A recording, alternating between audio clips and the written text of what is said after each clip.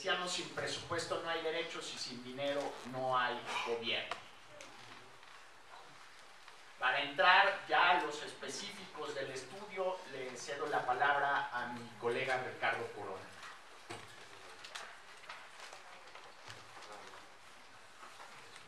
Buen día a todas y todos. La diferencia en una evaluación como la que se ha explicado ahorita radica en la fortaleza que se tiene en la evidencia de lo que se revisa. Sin embargo, otro tema importante es el contexto en el cual se está justificando realizar una evaluación como esta, que busca incidir en la mejora de la información, en la calidad de la información respecto al manejo de los recursos públicos. Es un tema sensible para todos lo sabemos y sabemos cuáles son los focos rojos que han llamado la atención, pues para indagar qué es lo que se está haciendo, cómo se está gastando el recurso público.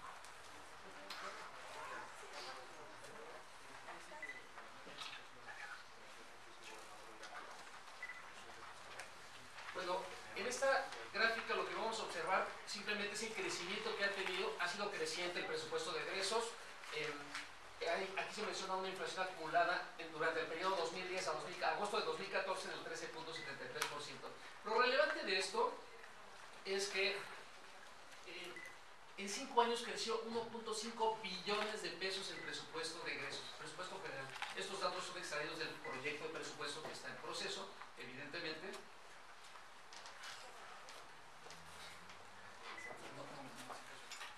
Y bueno, ese crecimiento significa que bueno, es el 47% a una tasa promedio anual del 8%. Aquí estamos dimensionando que hay más recursos desde el nivel federal. ¿Por qué? Pues porque las finanzas estatales y municipales también dependen de los recursos que vienen de la federación en su gran mayoría. Insisto, el contexto es este punto. Luego, en esta gráfica en la que se muestran los países de la OCDE, México es el primer lugar de quien le transfiere más recursos federales a sus entidades. Insisto, contexto. De ese recurso que está creciendo, se está transfiriendo más recursos a los estados. Del gasto neto total previsto para 2015, que es poco más de 4.5 billones de pesos, resulta que una tercera parte, que corresponde a aportaciones, participaciones y otros federalizados, se va a ir a los estados. Estamos hablando más o menos de 1.540.000 millones de pesos que van a ir a los estados.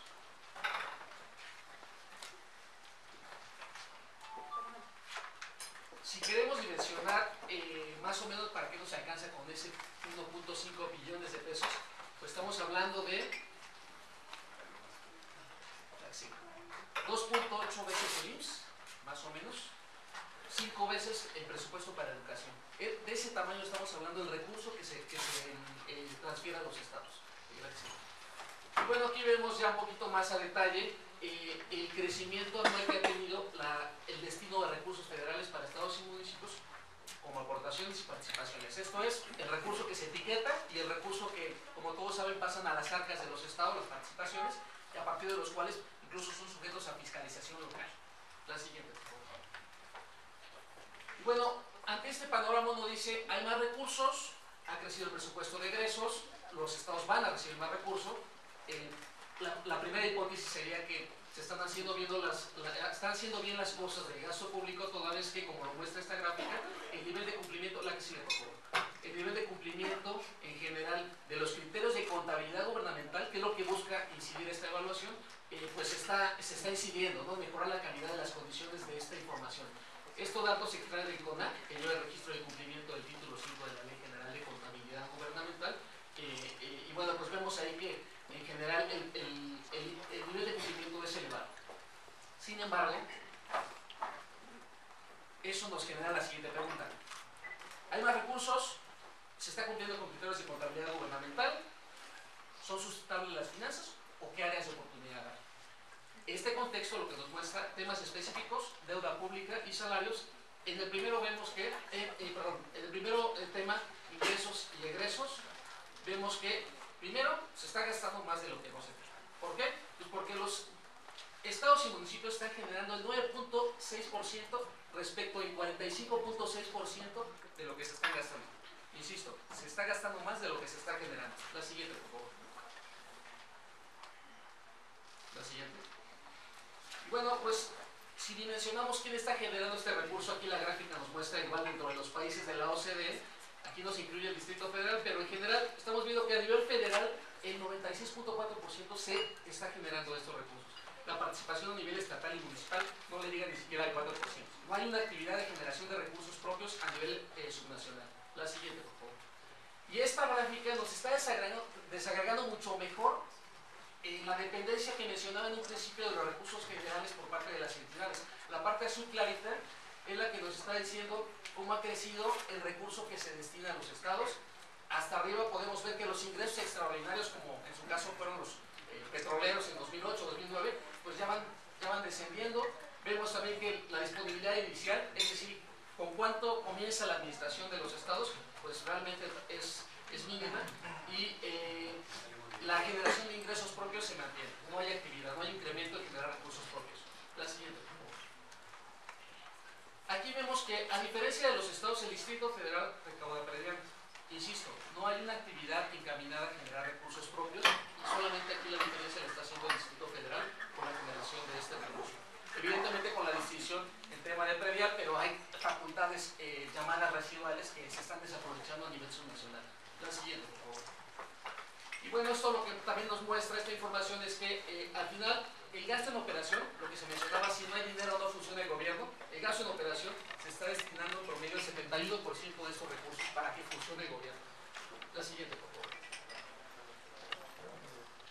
El siguiente tema que les mencionaba de este contexto que justifica la evaluación, deuda pública. Hoy el saldo a la deuda pública es de 489,000 millones de pesos. Estamos hablando más o menos de casi tres aeropuertos, el proyecto del Aeropuerto Internacional de la Ciudad de México. Estamos hablando de tener 3 aeropuertos. La siguiente, por favor. Y aquí, bueno, vemos cuál fue el crecimiento a pesos constantes de la deuda. Ha crecido. La deuda no es un problema, la deuda es una herramienta que está en la Constitución, está reconocida, inversión productiva. El problema es cómo se está utilizando. La siguiente. Si hacemos un ejercicio de cuánto debe el Estado de cada uno de nosotros, la entidad, pues aquí está más o menos el ranking, cuáles son las obligaciones que tienen en miles de millones de pesos. Sin embargo, hablar en términos absolutos de números no nos hace la diferencia. La diferencia se hace respecto de la capacidad que tienen las entidades para pagar. Si yo debo 100,000 pesos y gano 20,000 pesos, recibo 20,000 pesos, ahí es donde viene el problema. La siguiente, por favor.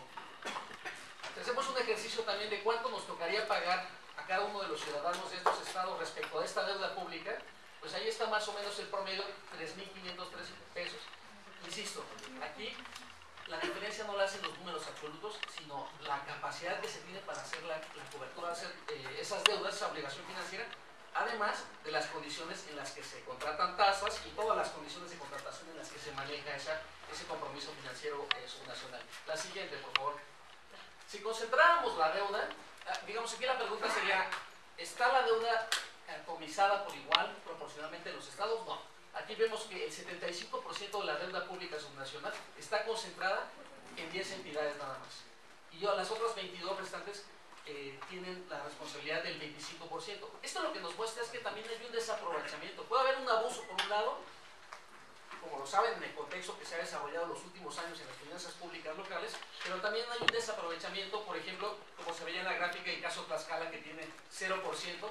Tener 0% de deuda no es que esté muy bien, es que no se está aprovechando algo. Tiene un tope a nivel constitucional local, pero el problema ahí es que tampoco se está aprovechando una herramienta para la inversión productiva que está en la Constitución. La siguiente, por favor. Y bueno, aquí pues el primer dato que brinca de esta deuda es quién presta. Está aquí la gráfica muy sencilla, la banca múltiple, la banca de desarrollo, las emisiones bursátiles. Vemos que posiblemente ya en los próximos meses, próximos años, el margen de la banca de desarrollo pues se va a ampliar, pero esta es la situación que tenemos ahorita hasta el corte de los 30 de junio de 2014. Y luego la siguiente pregunta, ya que vimos quién presta, ¿con qué se garantiza? Si tú me vas a prestar dinero, yo te voy a garantizar con algo.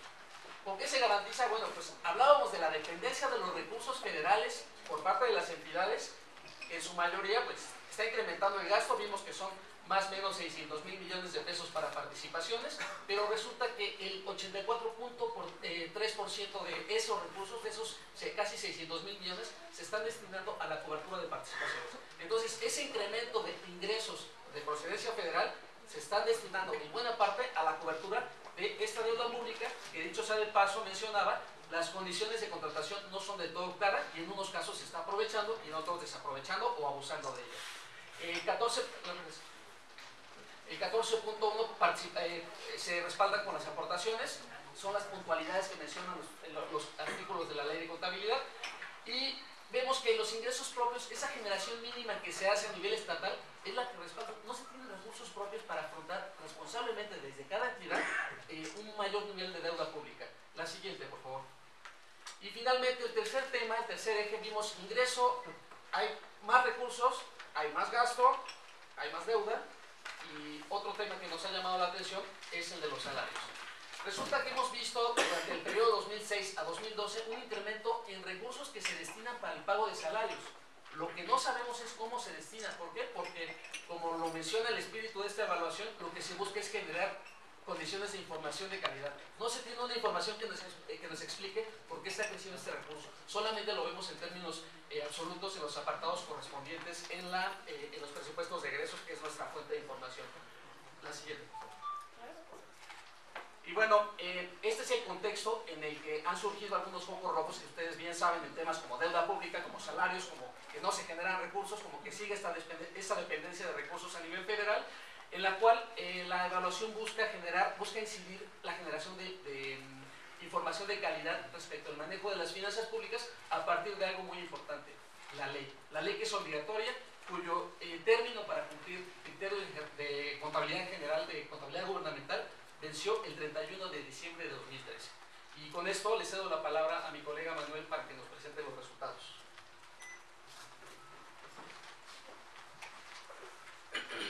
Buenos días a todos. Pues a mí me toca dar los resultados de la evaluación del índice de información presupuestal para el año 2014. Esas son las posiciones para este año. Como se puede ver, hay un empate en el primer lugar, el estado de Jalisco y de Puebla, y pues de acuerdo a la evaluación que hacemos, queda sin haber un segundo lugar, y Colima quedaría en tercer lugar. Hay otros lugares en donde hay empates, por ejemplo Aguascalientes, Oaxaca y Querétaro en la 10ª posición, Hidalgo y Tabasco con la posición 14. Igualmente el promedio para este año de la evaluación, como ya lo mencionaba Juan, subió respecto del año pasado. El año pasado teníamos un 52% de cumplimiento promedio. Para este año afortunadamente tenemos un 65% de cumplimiento. Esta lámina lo que nos dice es que no importa el tamaño, aunque suene a cliché, importa desglosar la información presupuestal, ¿no? Hay estados que tienen un presupuesto grande y pues no están dentro de las mejores posiciones, pero hay otros que con un presupuesto pequeño y realizan un buen nivel de desglose, ¿no? El caso de Guanajuato, como ya mencionaba Juan, si se hubiera publicado desde un inicio todos los anexos que corresponden al presupuesto de egresos, que forman parte integral, pues se hubiera ubicado en la posición 13 en lugar de la 31, ¿no? Aquí es importante mencionar que la metodología del IMCO únicamente contempla la información oficial, es decir, los presupuestos y leyes de ingresos que son aprobados por los respectivos congresos, ¿no?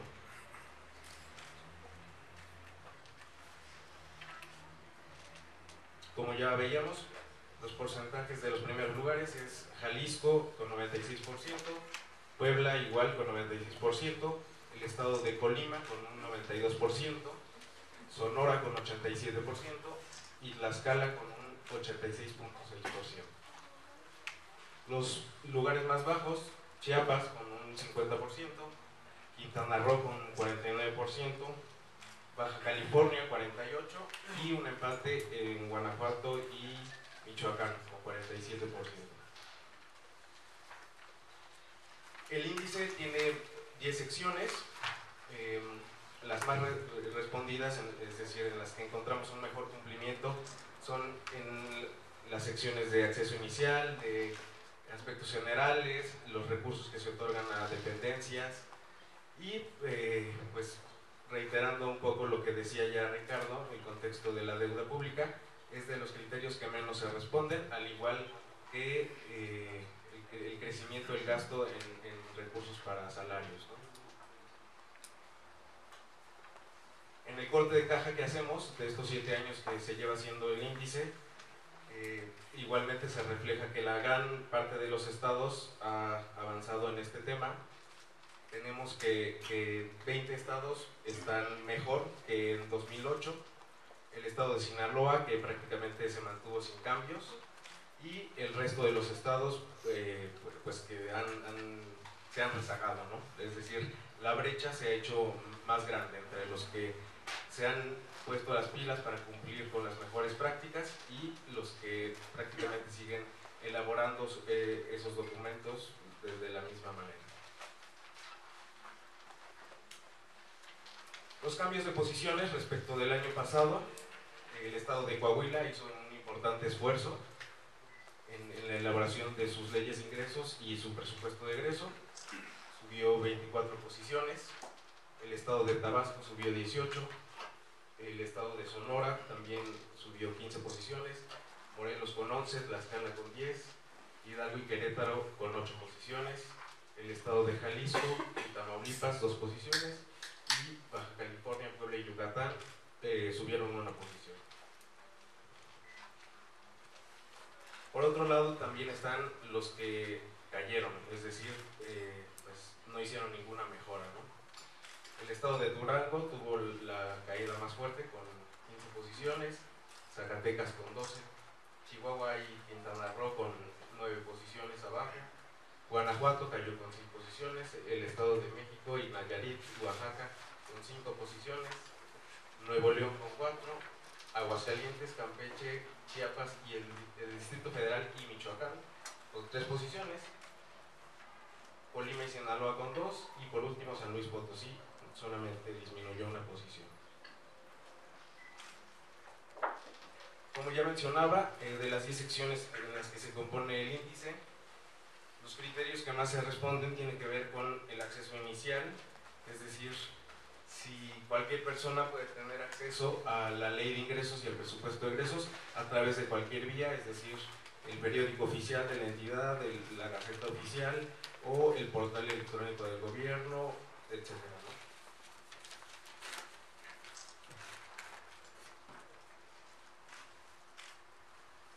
Por otro lado, los criterios menos respondidos tienen que ver con las plazas. Como se veía, no se distinguen en los presupuestos cuánto de los recursos va para magisterio federal y cuánto va para magisterio estatal. Tampoco se puede identificar la deuda por un número de crédito o el número de decreto en el que se haya aprobado y las condiciones de contratación que se especifique para cada uno de los contratos. Los financiamientos a partidos políticos, el subsidio a la sociedad civil para temas relacionados con el campo. Igualmente se tiene muy poco registro de los recursos asignados al pago de laudos laborales. Tenemos detectados que puede empezar a ser un problema que se vaya arrastrando año con año este tipo de pagos. La relación de las cuentas bancarias productivas, tampoco tenemos esa información al inicio del ejercicio fiscal. Y como ya habíamos mencionado, en el tema de deuda, pues no sabemos tampoco qué se contrata, ¿no? Si es una deuda a través de un crédito simple o se hizo a través de una bursatilización o cualquier otro instrumento.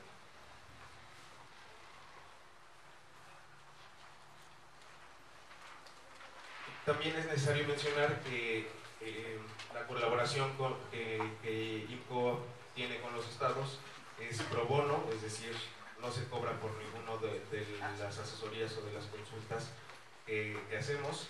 Y bueno, ahí queremos destacar también cómo ha habido un mayor acercamiento y la voluntad de los estados que han tenido para mejorar este tipo de información.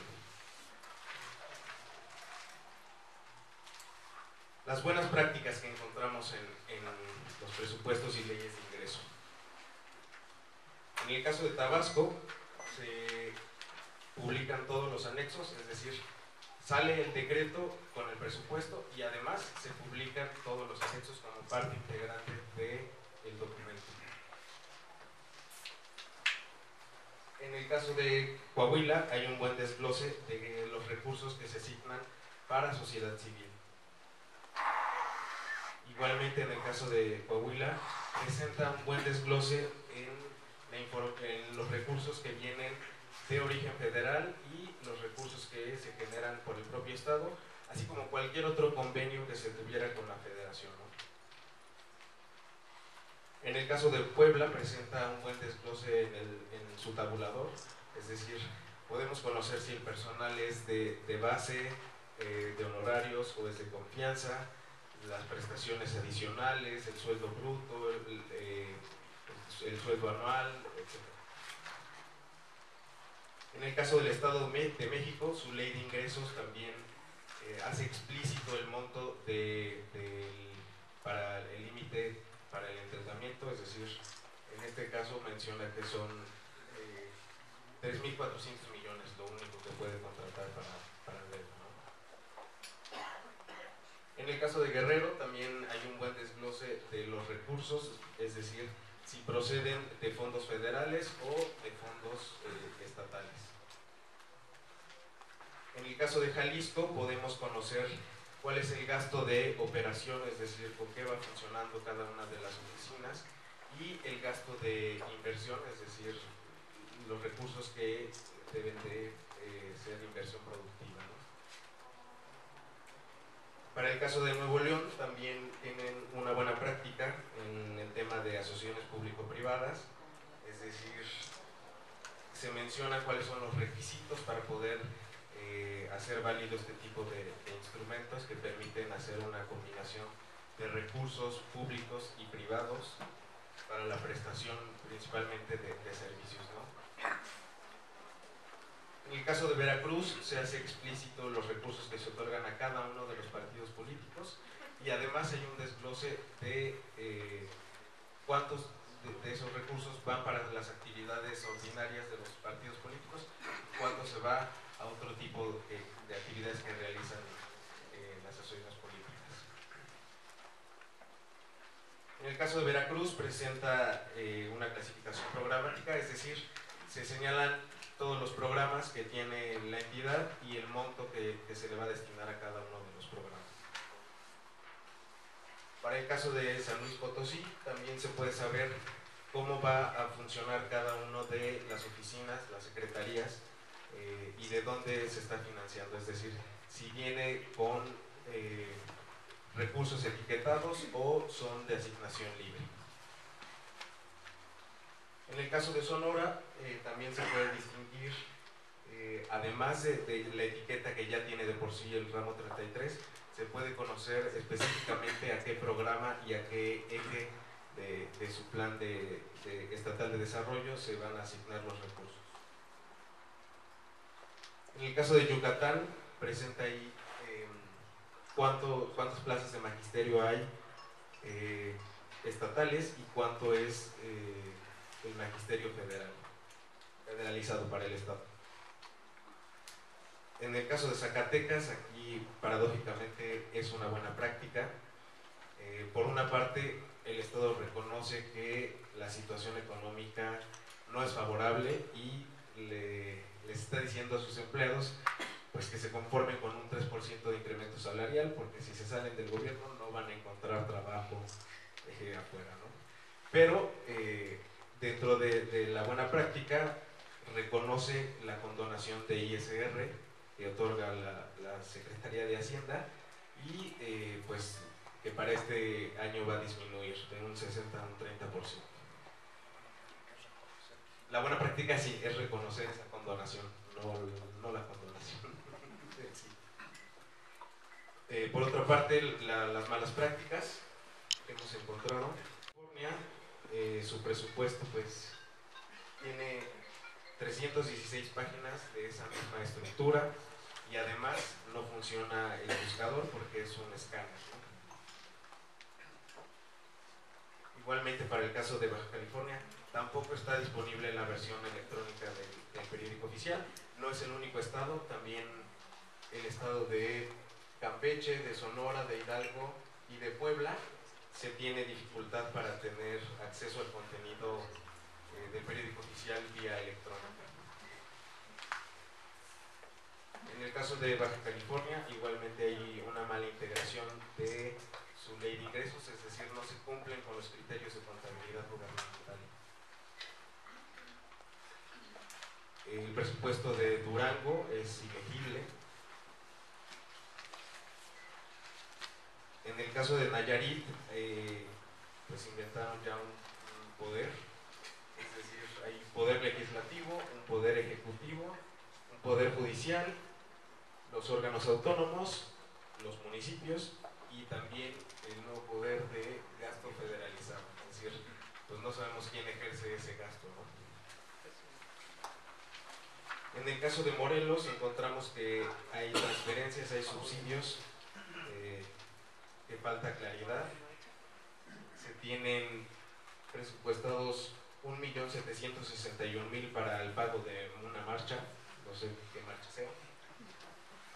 Igualmente un concepto de tatas, una nana, veteranos y viudas de la revolución por 525.000 millones de pesos. 525.000 pesos, perdón. Y igual una partida de extraordinarias y complementarias que suman 121 millones de pesos.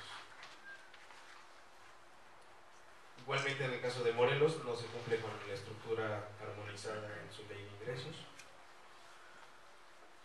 En el caso de Coahuila no hay claridad para el límite del endeudamiento, es decir, se remite a ciertos decretos que están dispersos y al final todo queda en decisión del Congreso.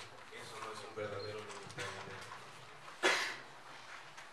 En el caso de Guerrero también hay una falta de claridad en las condiciones de contratación.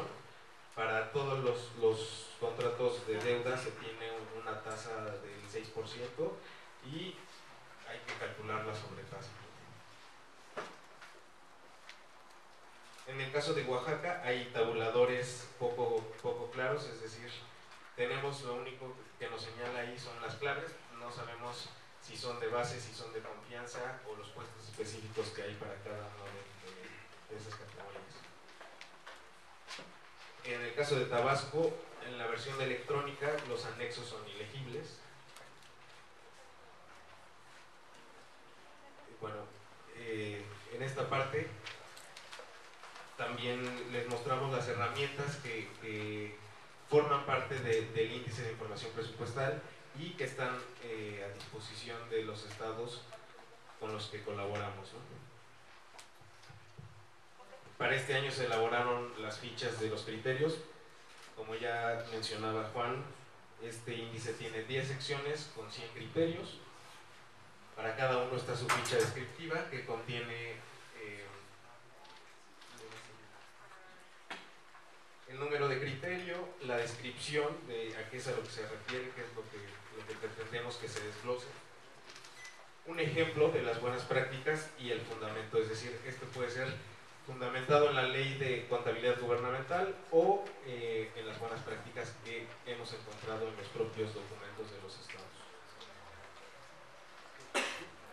Es el acordeón para contestar cada uno de los criterios. Igualmente elaboramos un presupuesto modelo que puede servir como guía para la elaboración de los documentos a nivel estatal. Igualmente es descargable y en formato modificable.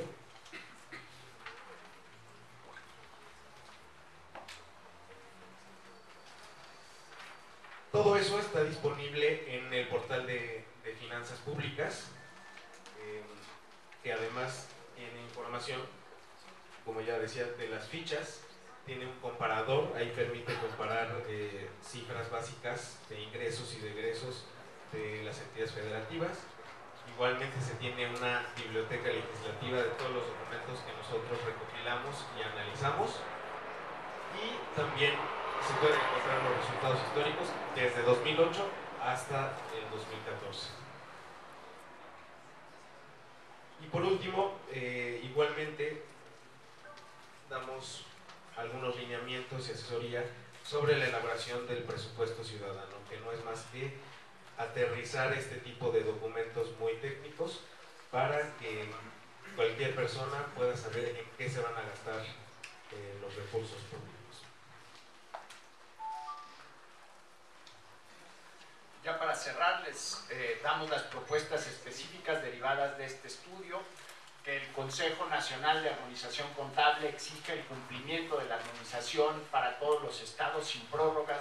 Desgraciadamente aquí no ha habido un cumplimiento de los plazos que establece la ley para que los estados y municipios tengan una contabilidad que no sea de chile, mole y pozole, sino que las cosas se les llame por su nombre en los presupuestos, en la contabilidad pública, sin importar en qué parte del país vivimos. La recomendación número 2 es que se institucionalicen y adopten las mejores prácticas en la elaboración de presupuestos de egresos y leyes de ingresos. Vemos ciertos avances, pero como también pudimos ver, quedan mucho por hacer al respecto. La siguiente, por favor. Que los estados atiendan el desglose de la información presupuestal, reglas claras para la asignación y administración de recursos con base en lo que ordenan los criterios de contabilidad gubernamental. En cierta forma, nuestras primeras recomendaciones son muy básicas, es que se cumpla la Ley General de Contabilidad Gubernamental, que los congresos estatales den certeza y vigencia, que den certeza sobre la vigencia y legalidad de las leyes de ingresos y presupuestos de egresos. Nos preocupan y va a ser de nuestros futuros sujetos de estudio las modificaciones presupuestales y qué tanto el presupuesto original de un estado se termina reflejando en la deuda pública al final del año fiscal. Y finalmente una idea que podría parecer sumamente obvia, pero por la obviedad no se ejecuta con demasiada frecuencia, o sea, que por qué no las deudas que contraten los estados se ocurran en un evento de subasta pública, con un evento podría ser parecido a este, que los que atiendan los presentes sean los bancos y el gobierno estatal diga: yo necesito un crédito de 1,000 millones de pesos para determinado proyecto de infraestructura. ¿Quién me ofrece una tasa cercana a TIE? Y empezar una subasta y que los distintos bancos compitan por brindar las mejores tasas y las mejores comisiones, porque esas han sido desgraciadamente áreas de opacidad importante con un riesgo significativo para las finanzas públicas. Existen hoy mecanismos ya aplicados de compras públicas de otros bienes y servicios que han redituado en eficiencias, en ahorros a los presupuestos y las economías de distintas instituciones de gobierno. ¿Por qué no aplicar algunos de estos criterios por ley en los procesos de contratación de deuda para hacerlo más transparente y eficiente para los respectivos gobiernos estatales?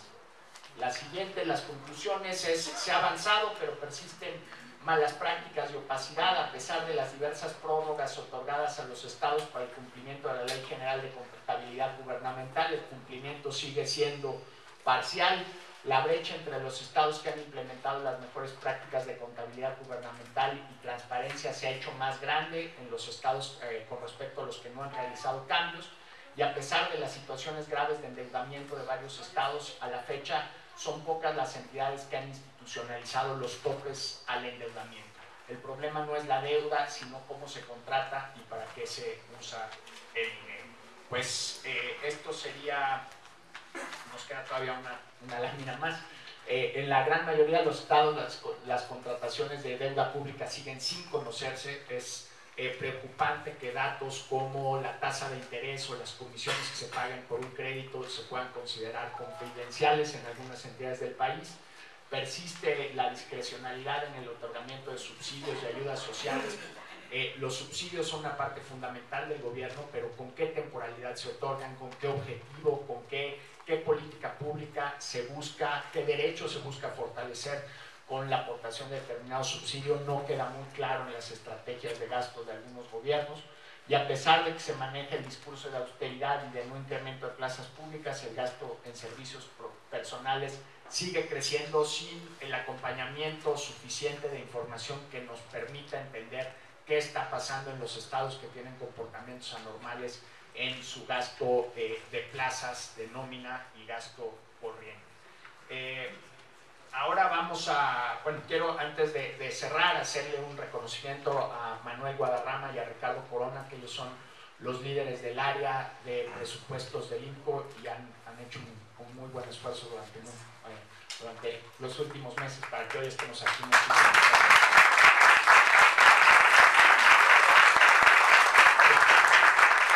Ahora vamos a proceder a la entrega de los reconocimientos de los 3 primeros lugares.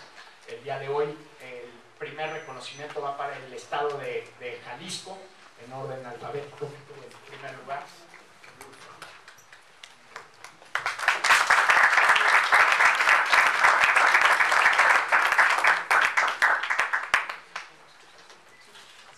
También en primer lugar, tenemos que por el orden alfabético, que es de Puebla.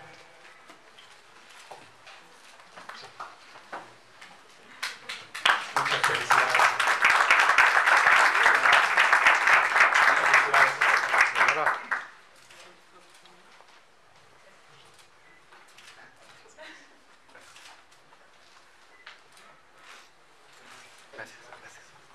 Y el estado de Colima. Muchísimas felicidades también. Si no, no hay nadie para recogerlos, les enviamos el diploma. Y pues ahí, ahora sí que ahí están los acordeones, ahí están las fichas, ahí está lo que vamos a medir durante el próximo año. Y creo que si seguimos avanzando podemos llegarnos a imaginar un escenario en el que este índice no sea necesario, porque la mayoría de los estados aplicarían de forma ya institucional y permanente mejores prácticas presupuestales. Ojalá algún día nos tengamos que preocupar, nosotros que estamos aquí adelante, de qué otra cosa hacer, porque el país ha avanzado y los retos han cambiado. Muchísimas gracias. Y ahora, si quieren, procedemos a la parte de preguntas para los colegas de la prensa. Muchísimas gracias. ¿Alguna pregunta?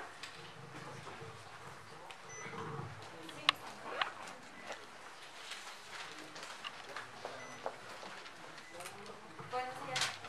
A mí me gustaría preguntarle, por ejemplo, Jalisco, que tiene el 96%, o al menos con las calificaciones que ustedes me dieron, ¿qué fue lo que faltó para que alcanzara, digamos, el 100%? ¿Se refiere a los últimos aspectos que comentaba, que no había políticas claras, por ejemplo, había discrecionalidad en los subsidios? ¿O qué fue lo que faltó, por ejemplo, que nos explicara? Y aquí Manuel tiene la base de datos, que por cierto la pueden, ya está en la página la base. La base de datos de cada una de las preguntas usadas con qué estado la pueden encontrar en nuestra página de internet. Entonces, ver qué preguntas no respondió cada una de sus entidades. En el caso de Jalisco, una de las preguntas que recuerdo pendiente es: no desglosa el presupuesto para partidos políticos. Ahí no es un tema directamente del gobierno estatal. El órgano electoral del estado de Jalisco podría seguir la práctica que tiene el órgano electoral del estado de Veracruz, que es no solo desglosa el monto global de la bolsa que se le entrega a los partidos políticos, sino a cada partido en el estado cuántos recursos se le otorga. Y hay otro par de criterios pendientes del Jalisco. Sí, también tiene pendiente el tema de topes a la deuda, igualmente, y el uso de las clasificaciones por objeto de gasto y funcional desglosadas a su máximo nivel, es decir, ya detalles muy puntuales. Voy a comentar algo respecto a esta pregunta que engloba la participación de todas las entidades. Si el tema no está en la agenda pública, no se van a atender estos cumplimientos a la ley. Ya está la ley, ya está quien la implementa, ya está la información. Difícilmente los estados carecen de la información que se requiere. Hemos hecho un esfuerzo, por ejemplo, en el caso de Jalisco, de estar arrastrando el lápiz para buscar la información, alinearla, que se publique de manera oficial, que se cumpla con los requisitos metodológicos, pero digamos, el tema que hace la diferencia en Jalisco y en los estados que se han dedicado a cumplir con esos criterios, radica en que el tema se suba a la agenda. Como muchos temas, como transparencia, como otros temas que si se suben a la agenda, evidentemente caminan mucho mejor. Sí. ¿Qué tal? Carolina Antolaguirre de Noticias Televisa. Preguntarles, por un lado, esta parte en que, bueno, ya el promedio de los estados tiene una calificación, digamos, aprobatoria, tener más del 60% en el índice, ¿qué implicaciones tiene? Podríamos hablar de que se está mejorando en la presentación de información presupuestal en los estados, y por el otro lado, el hecho de que México sea el país que más recursos federales destina a los estados, ¿en qué afecta al país el tener este tipo de dinámicas? Sí. Por ejemplo, los estados más endeudados del país, y no me refiero en términos absolutos, sino en términos de capacidad de pago, porque pues las deudas que tenemos no son grandes en función del tamaño de pesos, de la cantidad de pesos que debamos, sino de nuestra capacidad de pago, y lo mismo ocurre en los estados. Un estado como Coahuila, por ejemplo, si hubiera tenido los criterios de transparencia sobre deuda que tiene hoy, que se están aplicando hoy de acuerdo a lo que establecemos en nuestra medición, no hubiera entrado en la crisis de deuda que entró a finales del gobierno anterior. Entonces, lo que estamos aquí son levantando banderas amarillas para que el Congreso y los ciudadanos puedan ver la evolución de ciertos patrones de gasto que pueden ser perjudiciales para la salud financiera de un gobierno estatal, o ver, por ejemplo, una cosa que resulta muy ofensiva para los ciudadanos, los gastos en comunicación social. Aquí, ¿qué estados se están gastando? ¿Cuántos se están gastando? ¿Qué estados se están gastando? Porque lo vemos en las calles, lo vemos en los espectaculares, pero no lo están reportando.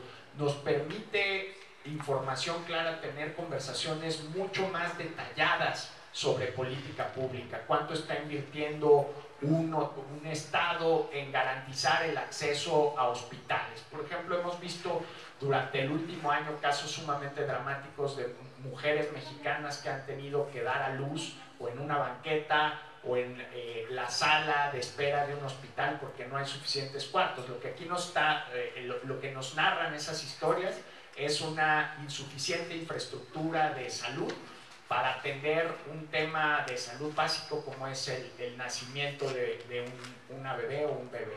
Aquí lo que vemos es qué presupuesto se le está asignando a ese estado para cubrir esas responsabilidades. Desde una perspectiva muy general, habrá que ver luego qué presupuesto hay para mejorar la infraestructura hospitalaria en estas entidades.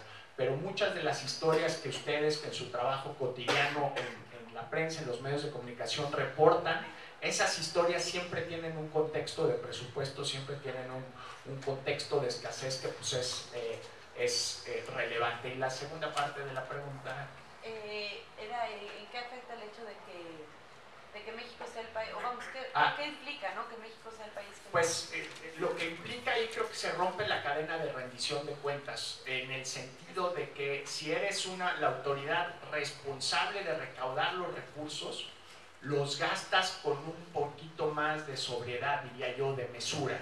Si el que se encarga de recaudar es la autoridad federal y el que se encarga de gastar es la autoridad estatal, creo que sí deja margen para comportamientos menos prudentes en el ejercicio del gasto público. Y lo hemos visto en el tema de las tenencias, por ejemplo, que se ha vuelto desgraciadamente el nuevo termómetro del populismo en el país. Que quitar el impuesto a la tenencia pues es muy aplaudido por la clase media, está muy bien visto, pero le quita a un estado primero los recursos por los impuestos a la tenencia, que es en cierta medida es como el impuesto perfecto porque le pega a las gentes de mayor ingreso, no es un impuesto que quien usa el transporte público no lo tiene que pagar. Entonces le pega la bolsa de recursos por la tenencia. Luego las participaciones que da el gobierno federal es en función del esfuerzo de recaudación de los estados. Entonces también se le reduce por ahí. Y luego hay otros programas que se llaman paripasu, que es el gobierno estatal pone un peso y el gobierno federal pone otro peso o 3 pesos por cada peso que ponga el gobierno estatal.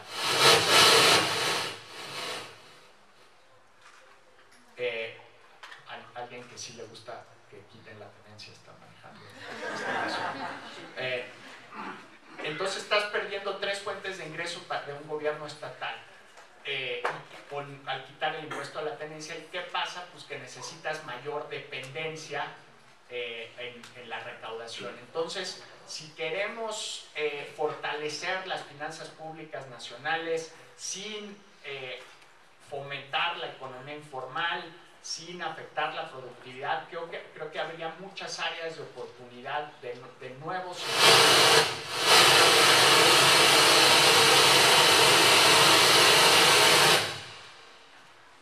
¿Me oyen así? Sí. No. Es este micrófono. ¿Ya? Sí, ya.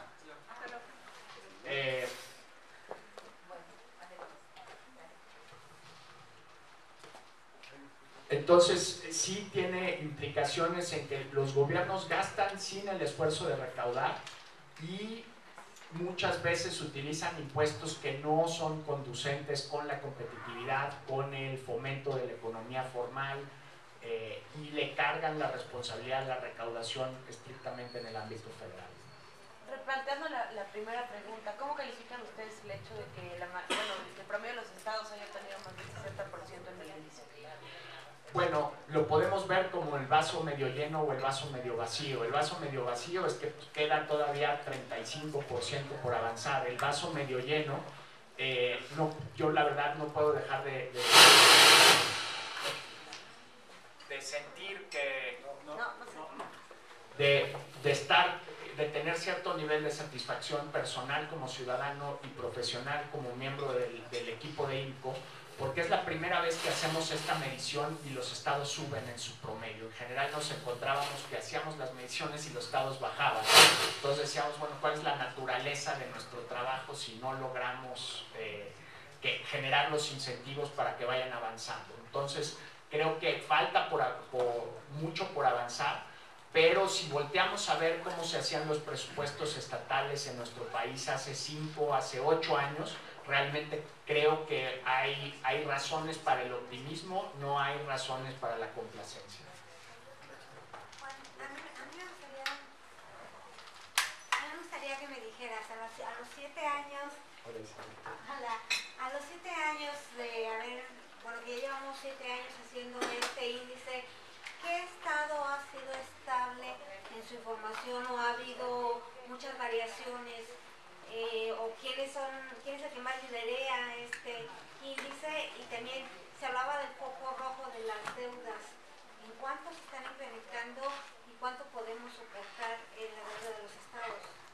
Sí, bueno, pues yo quisiera hacer un reconocimiento a los primeros lugares, ¿no? Que son los que, conforme hemos evolucionado, porque nosotros también hemos ido aprendiendo, los criterios que utilizamos hoy son mucho más rigurosos que los criterios que usábamos hace 5 o 6 años, porque los propios estados nos han ido llevando justamente en alzar el parámetro, elevar el parámetro de mejores prácticas en el país. Entonces creo que hoy Jalisco y Puebla son referentes, pero la historia de Jalisco nos lanza una advertencia hacia el resto del país. A fines de la década pasada, Jalisco desglosaba muy bien el tema de deuda. Fue el primer estado en la República que desglosó banco, número de crédito, tasa de interés, plazo de la deuda, proyecto para el cual se estaba contratando la deuda, que también es fundamental, para qué se está usando el dinero. Y después, durante la misma gestión en el anterior gobierno de Jalisco, dejan de dar la información. Entonces, hemos avanzado, pero a mí me preocupa que mientras la ley de contabilidad gubernamental no se aplique, mientras estos criterios no se vuelvan obligación legal, pues que no podemos garantizar la jubilación de nuestro índice, como decía en el mensaje de cierre, porque hay estados que hemos visto que han avanzado y han retrocedido. Afortunadamente Jalisco recuperó el terreno y hoy está en primer lugar, pero lo que nos dice esta experiencia es que estados que habían avanzado, tenían criterios muy transparentes, probablemente pueden dar pasos hacia atrás si estos criterios no se vuelven un mandato y una obligación legal que los congresos hacen explícito a los ejecutivos estatales. Esta problemática puede darse con los cambios de gobierno. Al entrar un gobierno, se cambia o se modifica la forma de venir y de dar la información. Seguro, los ciclos políticos derivan riesgos, pero este caso que mencioné explícitamente en el gobierno anterior de Jalisco, ellos daban la información y luego ellos las dejaron de dar. Hasta que vino el cambio de gobierno ya tenemos una mejor contabilidad gubernamental, pero en un mismo sexenio, al no haber una obligación explícita de qué debe contener un presupuesto, una obligación jurídica, pues un gobernador en su misma gestión puede determinar que ciertos criterios no se comuniquen y no se hagan transparentes. Yo espero que en unos años, en 10 años, digamos, volteamos a ver al México de principios del siglo XXI, decir cómo era posible que a algún gobernador se le ocurriera que la tasa de interés de una deuda pública no se debería transparentar. ¡Qué absurdo! Hoy, desgraciadamente, ese absurdo es una práctica corriente en muchas entidades y hasta que no sea una obligación legal que esto quede explícitamente claro en los presupuestos y en el proceso de contratación de deuda, pues nos tenemos que exponer y tenemos que seguir insistiendo sobre el tema. Oiga, perdón, no es una precisión. Me llamó la atención el caso de Nayarit, que hay un poder federalizado, bueno, hay un poder que por ahí crearon que es el federalizado. ¿A qué se refieren concretamente? O sea, prácticamente los recursos federales los están ejerciendo aparte o que me explicara esta partecita, por favor. Sí, en mi casa me enseñaron que era de mal gusto contestar una pregunta con otra pregunta, pero comparto la duda. Y lo que enseñábamos aquí era que lo que presenta el presupuesto es una confusión, porque explicita en el mismo rubro de quién es el poder encargado de ejecutar el gasto, y viene el poder ejecutivo, los órganos autónomos, el poder legislativo, y en esa misma columna de repente aparece gasto federalizado, cuando el gasto federalizado no es un ejecutor de gastos, sino es una transferencia. Entonces, la necesidad de tener pues, mayor claridad y organización en el proceso presupuestal, porque con cierta ironía mi colega Manuel decía, bueno, pues, ¿qué es un poder el gasto federalizado? ¿Qué? Porque si uno lee tal cual el presupuesto, pues sí se podría prestar a la confusión o una interpretación. Y pues comparto la duda, no sé qué habrá querido decir el Congreso de Nayarit y el gobierno de Nayarit con esta categoría de gasto federalizado. ¿Podríamos decir como que es el estado más desorganizado administrativamente? No, ya tanto así no lo podríamos decir. Quiere decir que este ejemplo muestra cierta desorganización en el presupuesto y habría que ver qué otros rubros Nayarit tiene pendientes para ser transparentes, ya para hacer un juicio así tan explícito, ¿no? Fernanda García, perdón, del sitio de noticias Cinemark.mx. Una pregunta, ¿qué tanto se puede atribuir esta mala calidad de la información a que ciertos estados que salieron reprobados en su calificación sea por altos índices de corrupción, violencia o crimen organizado? Yo si podemos poner el ranking, yo no diría que esto está. El problema del fenómeno de la corrupción es que ocurre por su propia naturaleza, ocurre en lo oscuro y es difícil de medir. Aquí lo que estamos tratando de evaluar es qué contextos podrían ser más permisibles para un clima poco transparente que facilite la corrupción. Pero no podríamos establecer una relación causa-consecuencia con uno y otro. Ocurre el hecho que Michoacán, que es uno de los estados más afectados por el clima de violencia en el país, es el último lugar. O si el otro, la que es la gráfica, la anterior exactamente. Pero pues Quintana Roo, por ejemplo, no es un estado que se distinga afortunadamente por problemas de violencia y inseguridad y está en el último lugar. Lo mismo Guanajuato está en una zona conflictiva, pero tampoco es un estado que destaque por ello. y por el otro lado una entidad como Guerrero, que desgraciadamente está en las primeras planas nacionales por ese tema, pues está como a mitad de la tabla. Lo que sí, y ahí también tiene mucho que ver el INE siempre, o sea, sí habría una asociación directa, por ejemplo, los montos que se asignan para pagar los salarios de policías. Es todavía un debate público. ¿Cuál es el ingreso de un policía en Iguala, Guerrero? Y eso sí se puede ver a través de los presupuestos, y ese es el tipo de conversaciones sobre seguridad que nos permite ver un presupuesto municipal o un presupuesto estatal, pero no podríamos establecer una relación directa entre la situación del Estado de Derecho, la seguridad física y patrimonial de las personas y la posición del índice. Buenos días, Gerardo López, del Siglo de Torreón. Bueno, el estado de Coahuila en los últimos años se sabe que ha tenido muchos problemas en cuanto a la deuda.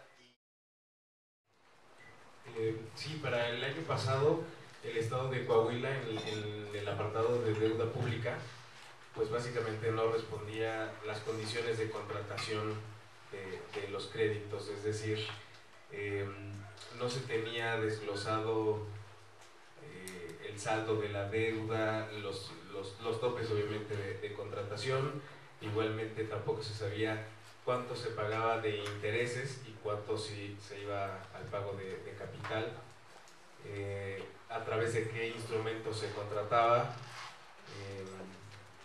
igualmente tampoco se tenía el plazo de la deuda, y en este año su presupuesto establece ya una situación, un panorama general de cómo está la deuda pública, y ya son cuestiones muy particulares las que ya nos señala, por ejemplo, en qué tipo de instrumentos se contrata, ¿no? O sea, son todavía algunos detalles que le faltan, pero en general ya tenemos un panorama de cómo está por lo menos la deuda contratada.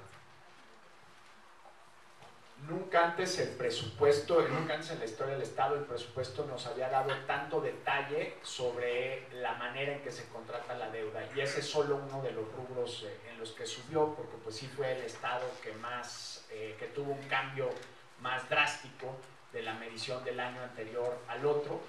La base de datos que está en nuestra página puede ver de cada uno de los 100 criterios que sí se incluía en el presupuesto del Estado, que no se incluyó, y eso pues permite hacer una medición muy objetiva de cómo cambió de posición. Pero sí, pues se ve ahí un esfuerzo porque pues por lo menos aprender de la historia terrible sobre el endeudamiento y la multiplicación por un factor de 100 de la deuda pública, como no ha existido en otra entidad o incluso a nivel federal, esa velocidad para endeudarse de un Estado.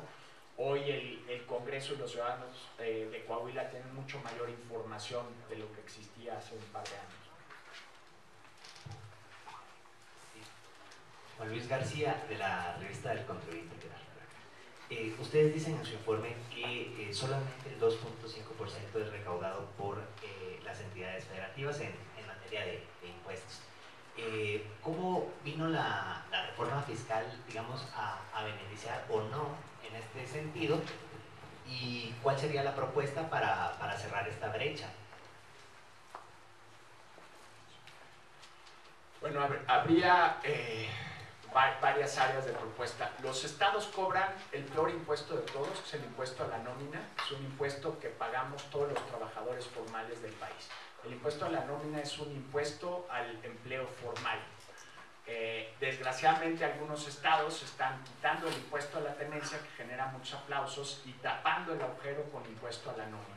Pues queremos un esfuerzo sincero por fomentar la economía formal en este país. Hay que quitar el impuesto a la nómina. El impuesto a la nómina es tan malo, que las pocas cosas que se han podido poner de acuerdo los republicanos y los demócratas en Estados Unidos es que el impuesto a la nómina es malo para la economía. Fuera de eso no se pueden poner de acuerdo ni sentar a conversar sobre cuestiones básicas de economía. En eso sí hay un consenso, y aquí en México se ha vuelto como la manera, el modelo ideal de recaudación, porque es fácil de colectar el dinero y pues va directamente sobre la creación del empleo formal. En una institución como INCO, donde trabajamos 30 personas, podríamos crear un empleo más, un empleo y medio más, si no pagáramos el impuesto sobre la nómina. Entonces, primer paso sería quitar impuestos sobre nómina.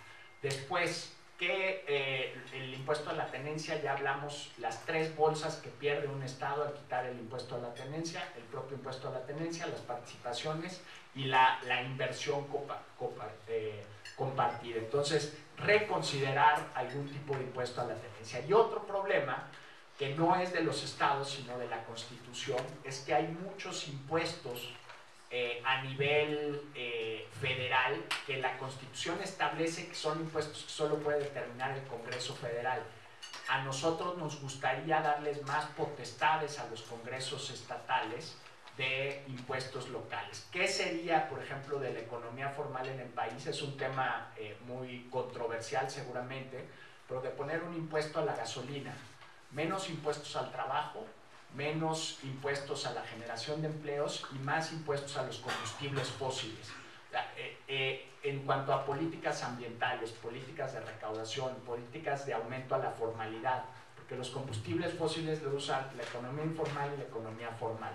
La generación de empleo con IMSS, con pago de Infonavit, con pago de impuestos, ese es un ámbito exclusivo de la formalidad y sobre eso estamos cargando la base.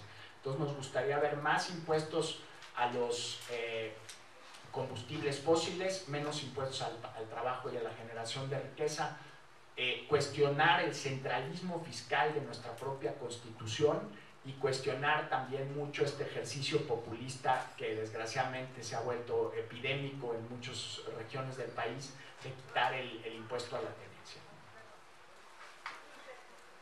Hola, buenos días. Leonor Flores de Milenio. ¿Cuál fue el promedio desde la primera vez que ustedes sacaron el índice? ¿Cómo ha evolucionado el promedio? ¿Cómo queda ahora en los últimos años? Gracias. Las preguntas fáciles las respondo yo, las difíciles le cedo aquí la palabra a mis colegas.